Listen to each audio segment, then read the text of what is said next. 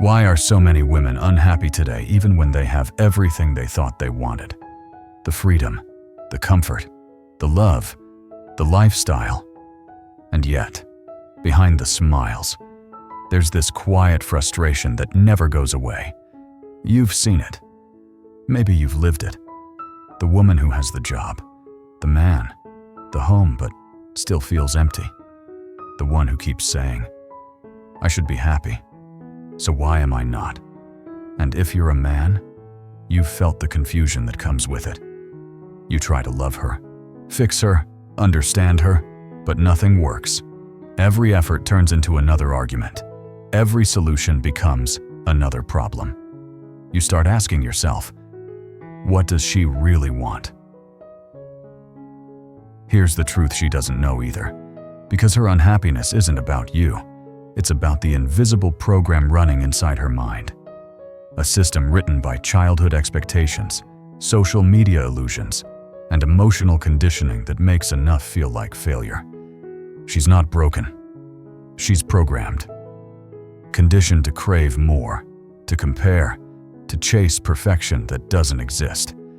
And the harder you try to make her happy, the more she feels something's missing, not from you, but from inside herself. This isn't about hate, it's about truth. Because until you understand the mechanism behind female dissatisfaction, you'll keep fighting a battle you can't win. So let's break it down. The real reason so many women are unhappy today, and what it reveals about love, expectations, and the cost of always wanting more. What if the reason she's always dissatisfied isn't random at all, but predictable? Like a code written into her psyche years before you ever met her. Because there's a hidden mechanism inside the modern female mind, a mental loop that's been running since childhood. It whispers one message over and over. Whatever I have, it's not enough. It starts small, the fairy tales, the princess stories, the endless praise. She's told she's special, perfect, deserving of everything. But no one teaches her what to do when real life doesn't match the fantasy. No one tells her that comfort eventually feels boring, that stability feels like routine, that love without chaos can feel empty. So, when the excitement fades, she mistakes peace for a problem. She starts scanning for what's wrong, not because she's cruel, but because the program demands it. And here's where men get trapped. You see her pull away. You feel her discontent. So you work harder, love stronger, give more. But every time you fix one thing, another issue appears. You think it's about the flowers, the attention, the plans, but it's not. The target keeps moving because the unhappiness was never about the target. It was never about you. This is the psychological loop that breaks men without ever meaning to. She's chasing a version of happiness that doesn't exist, the kind that depends on constant stimulation, constant novelty, constant more. But happiness built on dopamine always burns out. It can't survive reality. Not a curse, a conditioning, a script written by her upbringing, reinforced by social media, magnified by culture. A system that turns gratitude into restlessness. And until she recognizes it, she'll unconsciously sabotage her own peace, then blame the man beside her for the chaos she creates. You can't love her out of it. You can't fix her programming, because the problem isn't the relationship, it's the operating system running underneath it. The tragedy is, most men don't realize this until they're drained, hollow, questioning their worth. But the moment you understand the program, something changes. You stop trying to fill a bottomless bucket. You stop apologizing for her emptiness. You finally see the truth. She's not unhappy because of you. She's unhappy because her mind was never taught how to be still when everything is okay. Every program has a source code, and the female dissatisfaction program doesn't start in adulthood. It's installed early. Before the makeup, before the careers, before the relationships. It starts in the home, in the patterns she watched, the stories she absorbed, and the emotional blueprint she inherited long before she knew what love even was. Some of it is genetic. Science already tells us that half of our emotional temperament is inherited optimism, pessimism, the way we process disappointment. Some women are born with brains wired to scan for danger, to fixate on flaws, to notice what's missing instead of what's there. It's not a choice, it's chemistry. And when that chemistry meets the wrong environment, it evolves into a personality addicted to dissatisfaction. But genetics alone doesn't build a worldview. The rest comes from childhood conditioning, the daily, invisible lessons that teach her what to expect from men and what to believe about herself. Maybe she had a father who was distant, unreliable, or emotionally shut down. Maybe he worked himself into exhaustion but was never there. She learned early that men disappoint not because they want to, but because they always do. So she grows up armored, guarded, constantly testing love to see if it will fail her the way he did. Or maybe it wasn't the father. Maybe it was the mother, a woman who complained about her husband every day, who carried bitterness like perfume, who taught her daughter that unhappiness is normal and that complaining is power. So when the daughter becomes a woman, she repeats the same script without even knowing it. The same sighs, the same sharp tone, the same belief that something's missing. It's not conscious, it's not malicious, it's familiar. And humans always choose familiar over happy, especially when they don't recognize the difference. That's why so many women promise themselves they'll never be like their mom, yet wake up one day saying the exact same words she used to say. It's not imitation, it's inheritance. This is how the program takes hold. A little bit of DNA, a lifetime of modeling, and zero emotional reprogramming. By the time she meets you, her mind has already built a filter, one that distorts even good love into potential disappointment. You're not fighting her. You're fighting the ghosts she grew up with. And until she sees that, she'll keep reliving her past, one argument, one complaint, one comparison at a time. Once the program is installed, the world keeps updating it. The fairy tales become Netflix shows. The princess stories turn into Instagram reels. The message is the same: you deserve more. More love, more attention, more excitement. And the moment reality feels normal, it's labeled as failure. Modern culture has created a fantasy so polished that real life can't compete. Every movie, every influencer, every curated post sells the same illusion that love should feel like fireworks forever, that a man should anticipate her every need, that every day should look like a highlight reel. But reality isn't built for constant stimulation. Reality is bills, deadlines, tired mornings, ordinary conversations. It's the quiet moments that don't go viral. So when the fantasy fades, she panics. She confuses the end of excitement with the end of love. She starts searching for the missing spark, not realizing it was never supposed to last. And here's the dangerous part. She doesn't blame the fantasy. She blames you. You're not romantic enough. You're not ambitious enough. You've changed. You've stopped trying. Not disappointment, disillusionment. Not boredom detox. Her brain, addicted to dopamine, starts craving chaos again. The routine feels suffocating. The peace feels wrong. And she starts chasing drama just to feel alive. Social media makes this worse. She scrolls through 1,000 alternate realities, couples smiling, vacations glowing, filtered perfection everywhere. She sees her friend's trip to Paris and forgets that friend's husband cheated twice. She sees another woman's new house and forgets she's drowning in debt. Comparison becomes her drug, and every scroll is another dose. She no longer sees what's good in her life, only what's missing. Gratitude feels like weakness. Contentment feels like settling. She doesn't know that happiness was never supposed to be a high. It was supposed to be a balance. That's the cruel trick of modern culture. It sells the dream and hides the cost. It teaches her to chase a fantasy version of love while destroying her ability to feel the real thing. And until she wakes up from that illusion, she'll keep mistaking peace for a problem and chaos for passion. Here's the cruelest part of the program, even when she gets everything she asked for. The emptiness doesn't go away. Because the moment she has it, it loses value. It's not a choice. It's a reflex. A mental virus that rewires desire into disappointment. When she's single, she dreams of a good man. She finds one stable, kind, loyal, and for a while, it feels like peace. But soon, that peace turns into boredom. The same stability she once prayed for now feels suffocating. The same predictability she called safety now feels dull. Nothing about him changed, only her perception did. But to her, it feels like he's the one who changed. That's the devaluation loop. The moment something becomes hers, it stops being exciting. She wanted adventure, got it.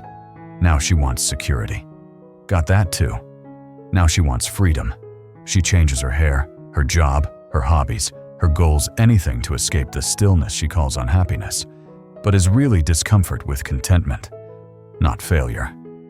Familiarity, not loss of love, loss of novelty.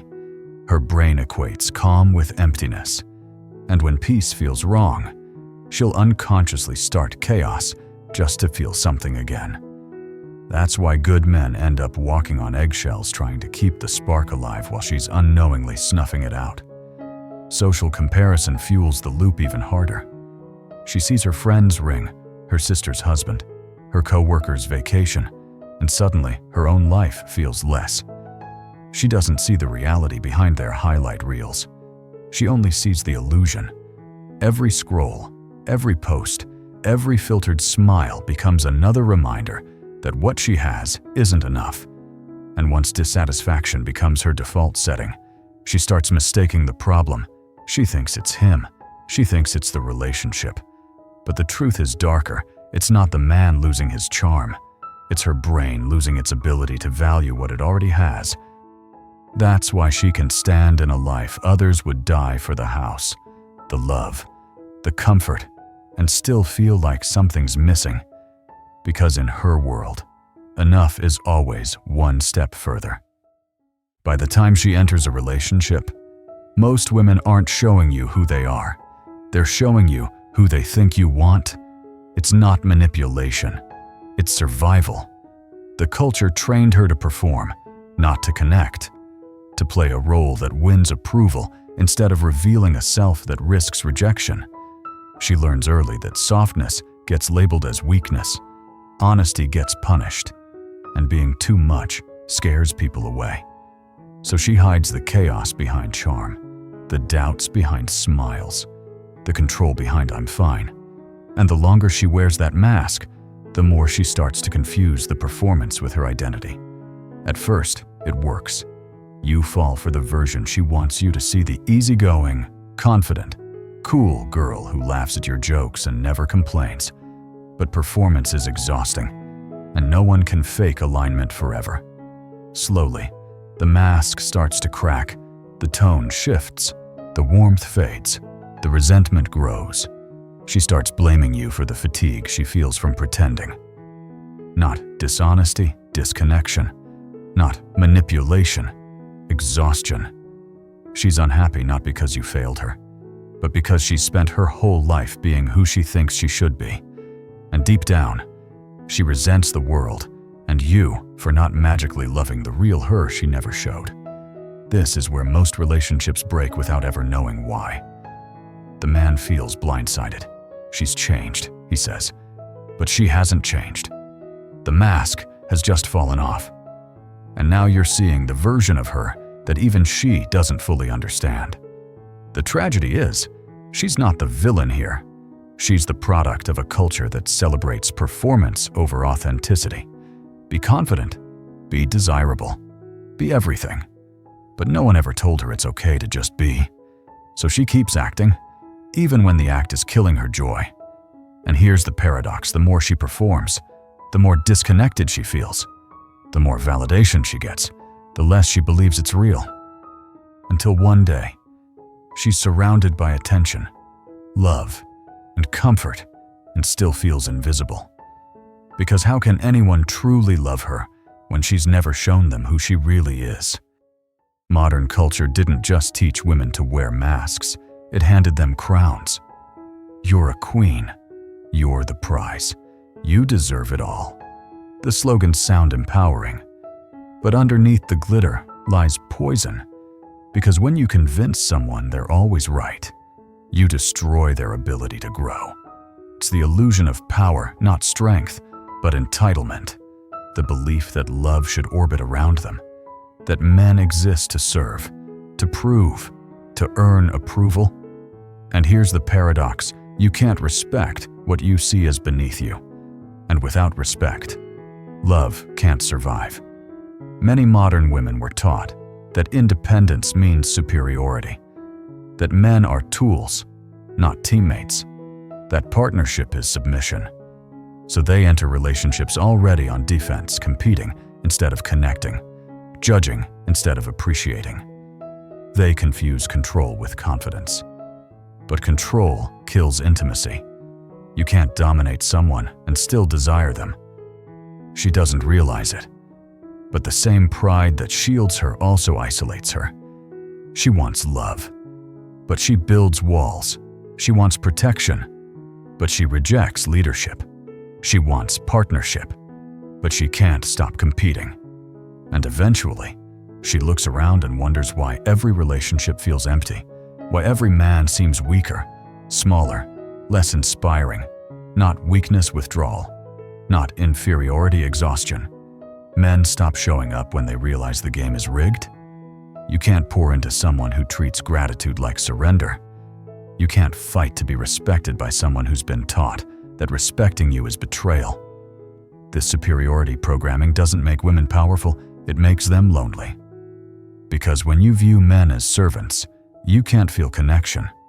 When you see them as beneath you, you can't feel admiration. And love without admiration dies fast. So she ends up living an emotional contradiction, craving strength, yet resenting it. Wanting a leader, yet punishing leadership. Desiring love, yet treating it like war. And deep down, she's exhausted by the battle she keeps creating. Modern empowerment promised freedom, but what it delivered was isolation. Not queens, prisoners wearing crowns made of resentment. Once the illusion of power fades, something darker takes its place: chaos. Because when peace feels unfamiliar, the mind starts craving what it knows. For some women, calm doesn't feel safe, it feels suspicious. When things are finally steady, a quiet voice whispers, "Something's wrong." She says she wants peace, but peace feels empty. She says she wants love, but love without tension feels fake. So she starts fights over nothing, creates storms in clear skies, tests you, pushes you, pulls away just to feel the emotional intensity that chaos brings. Not because she enjoys conflict, but because it reminds her of home. That's the trap of emotional programming. If you grew up around noise, silence feels threatening. If you were raised in instability, stability feels boring. Dysfunction becomes familiar, and the familiar always feels safer than the unknown. She's not thinking, "I want to ruin this." She's thinking, "I don't feel right. Something's off." So she provokes a reaction, subconsciously trying to restore the emotional environment she's used to. When you fight back, she feels alive again. When you withdraw, she feels abandoned. Either way, the peace dies and she feels justified. Not sabotage survival, not drama dopamine. The emotional roller coaster gives her the same chemical rush as love once did. It's intensity disguised as connection. But it's not connection, it's addiction. And every cycle leaves her emptier than before. The tragedy is that many men take it personally. They think they failed. They think if they were stronger, calmer, more patient, she'd finally relax. But you can't heal someone who confuses chaos with comfort. You can't reason with programming written in fear. This is how good relationships die, not from betrayal, but from repetition. The same argument, the same test, the same explosion, until one day, there's nothing left to fight for. She'll say, "I just want peace." not realizing she keeps killing it. Because peace demands vulnerability, and vulnerability demands trust. And trust is something she never learned how to feel safe in. The truth is simple, but brutal. She doesn't destroy peace because she hates love. She destroys peace because she doesn't recognize love without pain.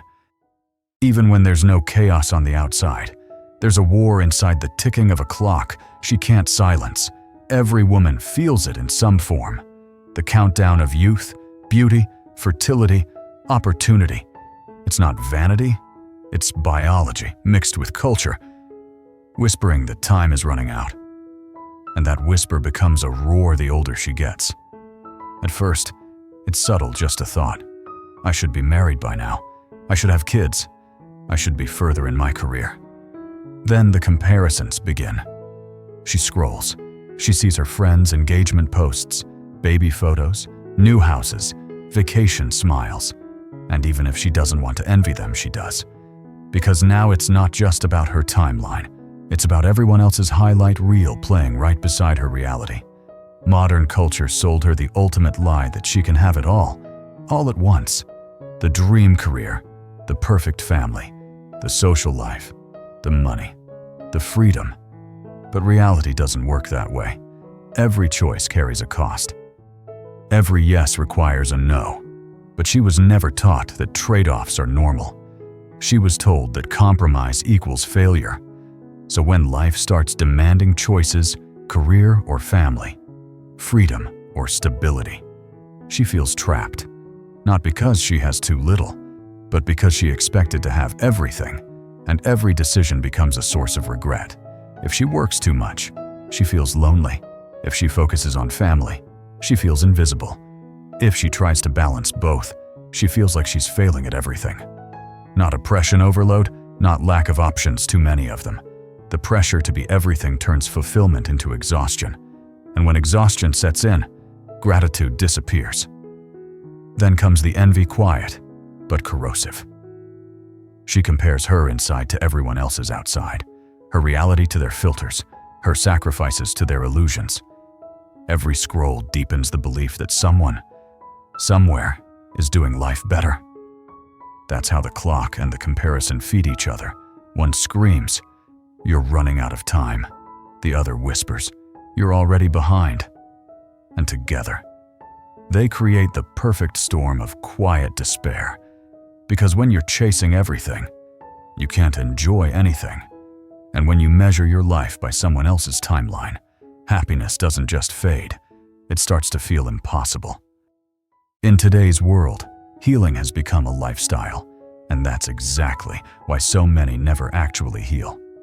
Everywhere you look, someone's on a self-discovery journey, talking about energy, boundaries, and trauma. But what started as a path to growth has quietly turned into a loop that keeps people stuck. For many modern women, therapy isn't about getting better, it's about getting validation. Each new label becomes an identity. Each diagnosis becomes a shield. I'm anxious, I'm triggered, I'm healing.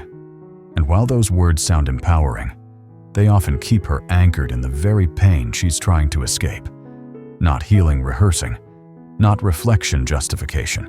Instead of learning accountability, she learns vocabulary. She no longer says, "I overreacted." She says, "That's my attachment style." She doesn't say, "I hurt him." She says, "My trauma response took over." The language gets cleaner, but the behavior doesn't change. And when men try to reason with her, they're walking into a minefield of therapy talk. Every disagreement becomes gaslighting. Every tired silence becomes emotional unavailability. Every imperfect moment becomes a red flag. What could have been communication turns into court with her feelings as the only evidence. The tragedy is, therapy can be powerful when used right. But culture turned it into a mirror she never puts down. Instead of asking, "What can I fix?" she asks, "Who can I blame?" And the longer she stares into that mirror, the more she mistakes introspection for progress. She doesn't realize healing was never supposed to be an identity. It was supposed to be a phase, a bridge, not a home.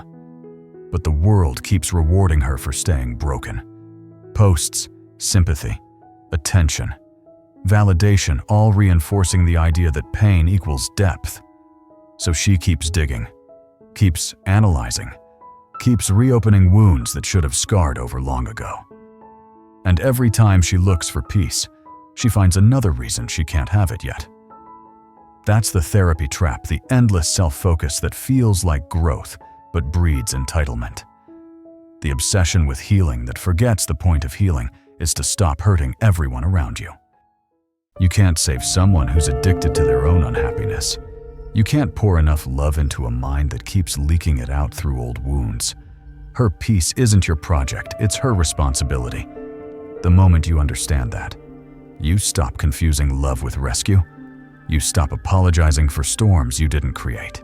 You stop bleeding to prove you care. Because her unhappiness didn't start with you, and it won't end because of you. It's not your failure, it's her unfinished work. And when you finally see that, something inside you shifts. You stop chasing her approval and start protecting your own peace. You stop trying to fix what was never broken in you, not surrender clarity, not rejection freedom. Because the real power isn't in changing her, it's in walking away from the illusion that you could. Let her face her patterns, let her meet herself, and you start building a life that doesn't depend on someone else's emotional weather. Because the man who learns this truth doesn't become cold, he becomes unbreakable. If this message hits something inside you, don't scroll past it. Sit with it. Ask yourself one question: are you loving her? Or are you trying to save her? Because that answer will tell you everything about why you're still tired and what it's time to let go of. Thank you for watching. Drop a comment below. What's the biggest struggle you want us to break down next? Let's build a brotherhood of men who rise above confusion and reclaim their power. See you in the next video.